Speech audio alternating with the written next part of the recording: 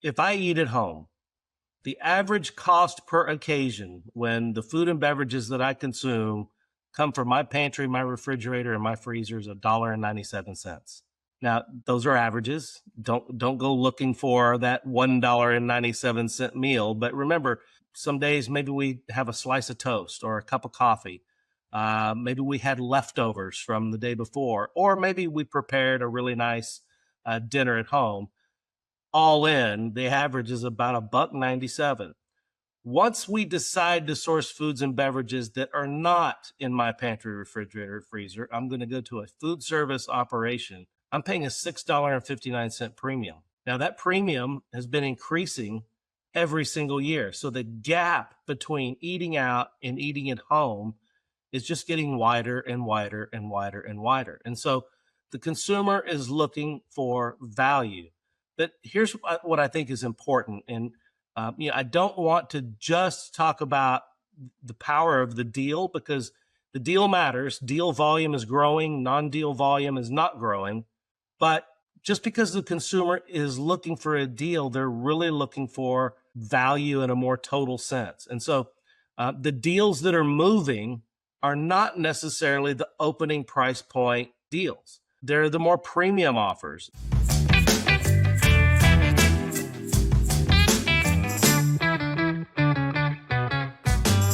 Hello, this is Jonathan Mays, editor-in-chief of Restaurant Business, and in this week's episode of A Deeper Dive, I'm speaking with David Portalatin, the Senior Vice President and Food Industry Advisor for Circana. Circana just released a report showing that 29% of consumers are dining on a perceived deal, a historically high percentage that has also grown over the past couple of years at a rate not seen since the Great Recession. And I wanted to talk to David about the factors behind this situation. He does not disappoint. This is a fascinating conversation. We talk about price increases, the types of deals being run, how that's changed over the past 15 years, and how restaurants can adjust to these issues. This is a major issue affecting all restaurant operators today, so I would urge you to listen to this podcast, and this could impact operators over the coming months or couple of years, so please check it out. Okay, I am here with David Portalatin. David, welcome to the podcast. Hey, thank you very much, Jonathan. It's a pleasure to be here. All right, good. So let's start off by telling us who you are and what you do so people have a little context. Yeah, I guess so. My formal title is I'm a Senior Vice President and Food Industry Advisor for Circana. And all that really means is that I have the mandate for taking all of our data assets that inform food and beverage consumption behavior and spending and purchases, 360 degrees in home and away from home, and everywhere in between, and form a perspective on it. And so that's what I do, and that's why we're here to talk. Yeah, well, the report you guys recently came out with was sort of an eye opener, not terribly, and it was the 29% of restaurant traffic is on a deal, which is historically high. Tell us about that. Yeah, and so what that 29% is, that's the percentage of restaurant visits where the consumer perceives that they paid a deal or a promotional price of some kind. Now, the reality is the actual volume on deals probably a lot higher. There are some occasions, of course, where the consumer, whether it was a combo special or some kind of daily special, they just may not have perceived that it was a deal or a special price, which that makes it even, I guess, more acute of a number. But it is high. It's several percentage points higher over the last few years. And it really comes in response to this sort of cumulative inflationary stack that consumers have been dealing with over the last several years. The average eater check at a commercial restaurant is up about 34% over the last 5 years, and still increasing around 4% year over year. So, consumers' budgets are squeezed. They've found that they can oftentimes save a little bit of money to eat at home. So increasingly, when they do go out, they're looking for the deal. So, yeah, I mean, it seems like we are in, well, I want to back up. So the other thing is that this was the highest you've seen in, is that 40 years? 40. Yeah, and let's put it in context. These numbers don't move by leaps and bounds. Over the last few years, that number would have been several percentage points lower. But here over the last year or so, we keep bouncing around. Depending on what segment of the industry you look at, it would be a little bit higher. Quick service restaurant business, of course, is a little more promotional than some others. So you're actually around 30% there. But yeah, we have a more deal-oriented, price-sensitive consumer than we're accustomed to working with. Right. And there is also a dramatic increase over the past couple of years. I mean, I guess to your point, given the way restaurant prices have gone, you are getting now this corresponding, well, in reality, you're getting two things. Number one, you're getting this corresponding shift towards deal seeking among the consumer. Of course, the other thing you're getting is that people are not eating out as often, at least on a certainly on a per store basis. That combination is pretty problematic for a lot of our coverage universe. Well, it is, and we're talking about deal, which is really just one component of overall value. Here's what the consumer is dealing with. If I eat at home, the average cost per occasion when the food and beverages that I consume come from my pantry, my refrigerator, and my freezer is $1.97. Now, those are averages. Don't go looking for that $1.97 meal. But remember, some days maybe we have a slice of toast or a cup of coffee. Maybe we had leftovers from the day before, or maybe we prepared a really nice dinner at home. All in, the average is about $1.97. Once we decide to source foods and beverages that are not in my pantry, refrigerator, freezer, I'm going to go to a food service operation. I'm paying a $6.59 premium. Now, that premium has been increasing every single year. So the gap between eating out and eating at home is just getting wider and wider and wider and wider. And so the consumer is looking for value. But here's what I think is important. And I don't want to just talk about the power of the deal, because the deal matters. Deal volume is growing. Non-deal volume is not growing. But just because the consumer is looking for a deal, they're really looking for value in a more total sense. And so the deals that are moving are not necessarily the opening price point deals. They're the more premium offers. For example, the largest deal type is that what you and I would call the combo special, combined items at a bundled price. And again, those have been around for so long that some consumers may not even perceive that as a deal. Yet that is the most often perceived and purchased deal. And it is the one for which customer traffic is actually growing at a pretty good clip, about plus 5% a year. The contextual backdrop for that is overall traffic is sort of stuck in this -1 posture right now. So, but those deals are not the least expensive items on the menu. In fact, what we might call value menu. Remember, we used to call it dollar menu, but because of inflation, nothing's a dollar anymore. Traffic on value menu items is actually down too. So the consumer is looking for a deal.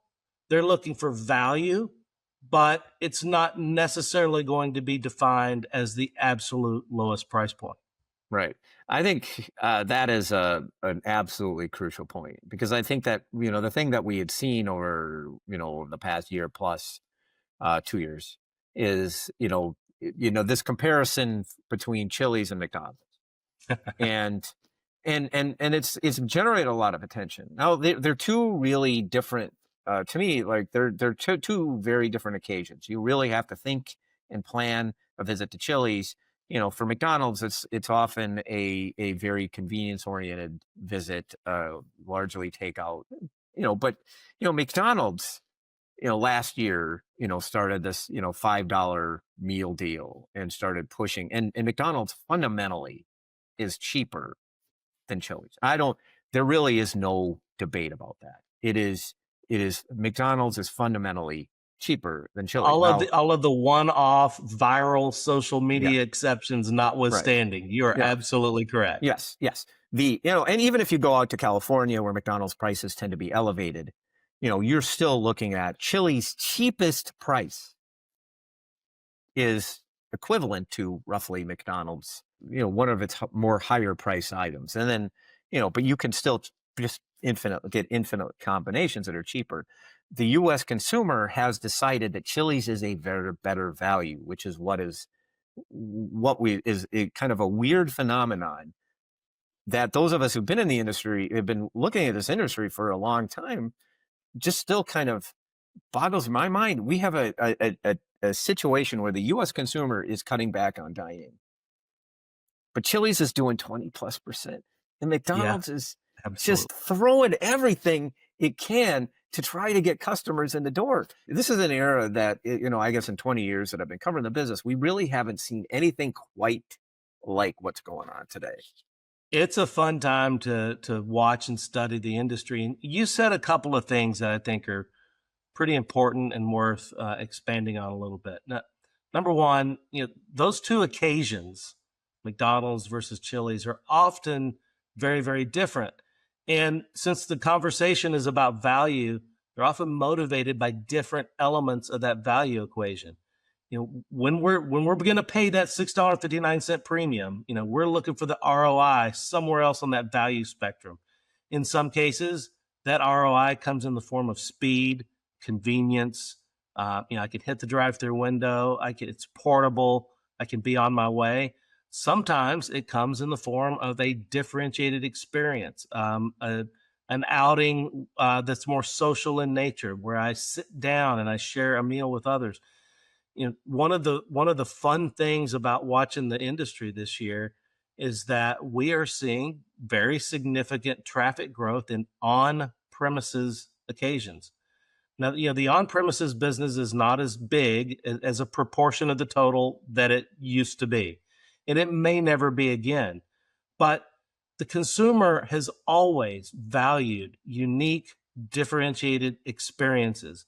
And it was easy to kind of lose sight of that when you were seeing all of the robust growth in third party and delivery and, curbside and, all of these other orders designed to create capacity to get food, back to home.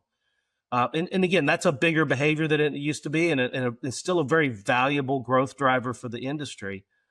But underneath the surface, we're still humans and we still need that third place. And now that we have really built in all this capacity to do more of our life at home, and we're readapting to the workplace at slightly higher rates year over year, that is the next evolution of our behavior, is returning to that third place where, man, I'm not at home and I don't want to be in the office anymore either. Let's gather. Let's meet out. And there are a lot of operators, Chili's is certainly one of them, that are driving growth right now by providing those unique, differentiated experiences. Remember, we do call this the food service industry. If we're just paying for the food, remember what's in my pantry, refrigerator, and freezer is a whole lot cheaper. So there's a lot of ways that we can create value for the consumer, both on the convenience end and on the experiential end. And it's fun to see that, there are winning operators that are doing both of those things right now. Right. I was talking to Casual Dining CEO. I don't know if I actually have permission to use their name for this, so I will not. But it's pretty benign. But they were saying that they believe we spent the post-pandemic period, and actually a fair bit before the pandemic, shifting to this takeout mode. And if you look at, numbers all over the place, occasions of people eating alone in their car skyrocketed. We all shifted to delivery and mobile ordering, and, drive-throughs were flocked and all that other stuff. And they believe that the consumer is now shifting back to a hospitality mode. Again, to your point, it's not, it's just not going to, dine-in is just never going to catch up back to where takeout is today. But it's like the consumer is just kind of shifting back to its more normal way of operating still. And that's probably fair. I mean, it's worth remembering that the pandemic was a once in a century event, and we have never experienced anything like this with the restaurant industry the way we have it today, where you have a pandemic and then generational inflation back to back, which were related. And so you're still seeing, in many cases, a readjustment. And I think this is probably the right. We see this readjustment of consumers back to this. All right, I want to eat in a restaurant a bit more often. And I'm kind of sick of sitting alone in my car eating a cheeseburger or whatever. Yeah, so it's If we were interesting. having this conversation in 2018, there's a pretty good chance that we would be framing it around the idea of what we were calling the experiential consumer. Remember, the economy was growing, consumer spending was healthy, but not at retail. We were shifting share of wallet away from the acquisition of material goods, and we were giving a higher proportion of our spending to those things that we called the experiential. So, cruise lines were booming, RV sales were booming, people were traveling, they were playing games, they were engaging in making memories and having these experiences. And the pandemic came along and disrupted all of that, but it did not take away the underlying human needs that were driving that trend. And so now we are starting to see them reemerge as we have some of the more disruptive things we've been through over the past few years sort of easing into the rearview mirror. One of the fun things that we track is we can see, for example, what the food service supply chain is shipping into what we'd call experiential operators like movie theaters or stadiums, ballparks, entertainment venues. And it's fun to watch things like when Lilo and Stitch and Minecraft hit the big screen, and boy, shipments start ticking up to these theaters because the consumer is looking for that escapism. They're tired of the angry, polarized arguments that we have on social media every day. They're tired of the uncertainty around what are tariffs or inflation going to do. They're tired of that. And they want to have that moment where they can just, not something that I want to take out a bank loan or max out my credit cards, but I can go to the movies or I can go sit down at a nice restaurant and I can escape for a moment. And there's tremendous value in that. And even though that's right, that behavior is not going to be as large as it was back in 2018. But in this moment, in this environment, it's an opportunity for restaurant operators to win with the consumer. I want to get back to the point about, about value.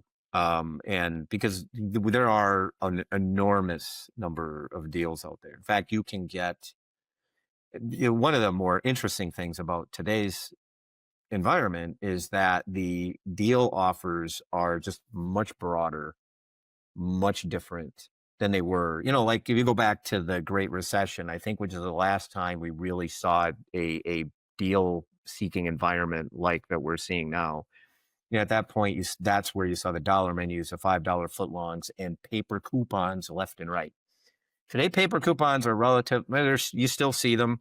I get them, and somehow they always end up on my desk because that's where my wife. By the way, when we get coupons delivered to the house, they end up on my desk because my wife thinks that I want them on my desk. Anyway, that's neither here nor there. But you get deals on delivery. We just did a study looking at delivery orders, and like half of the delivery orders have some sort of deal component. Now, it's not significant, but it's still some sort of deal component. You have delivery deals. You have mobile order deals. You have loyalty programs, which did not exist during the Great Recession. So, like, the type of deal is very different. But it seems like it's relatively difficult to get a deal that actually generates traffic growth. Domino's just did it with their $9.99, essentially any pizza deal, their best deal ever. You saw the Chili's deal work exceptionally well. So for the most part, these deals are not actually doing anything to generate traffic growth. They are basically just keeping the traffic you have, which is probably pretty frustrating, especially if you're a franchisee. So, like, what's the key component to try to get somebody's attention with one of these deals? It's hard to cut through the clutter. And, of course, part of the challenge is, we're in an environment that faces, really stiff headwinds. We look at one of our best indicators to keep our finger on the pulse of what's happening is an aggregate of 93 chain restaurants where we look at weekly transactions. And, for the week ending October 5th, transactions are still minus 1% year over year over the past 4 weeks, minus 2% over the last 52 weeks. So, sometimes we can execute a deal and say, well, we didn't really get back to traffic growth. Yeah, but what would have it looked like without the deal? So, it's a difficult environment. We're working really, really hard to try to stop this erosion in customer frequency. Give people a reason to, source from a commercial restaurant instead of, my pantry, my refrigerator, my freezer. But one of the ways that you cut through the clutter, again, is with innovation. And, we continue to see, LTOs, new items, and innovation doesn't have to be, some wild, crazy new thing that's never been done before or that nobody's ever heard of. You mentioned Domino's, who came out with a stuffed crust. I think that's been around for a while. Yeah. I think they did pretty well with it. Chicken tenders are not new. You and I have been eating chicken tenders since we were kids. But when we elevate the form of those tenders, or we wrap them in a tortilla, or we put some kind of bold new sauce or flavoring on them, that can be a platform for growth. And the reality is the consumer loves to try new things. We love to be re-engaged. We love to have new experiences.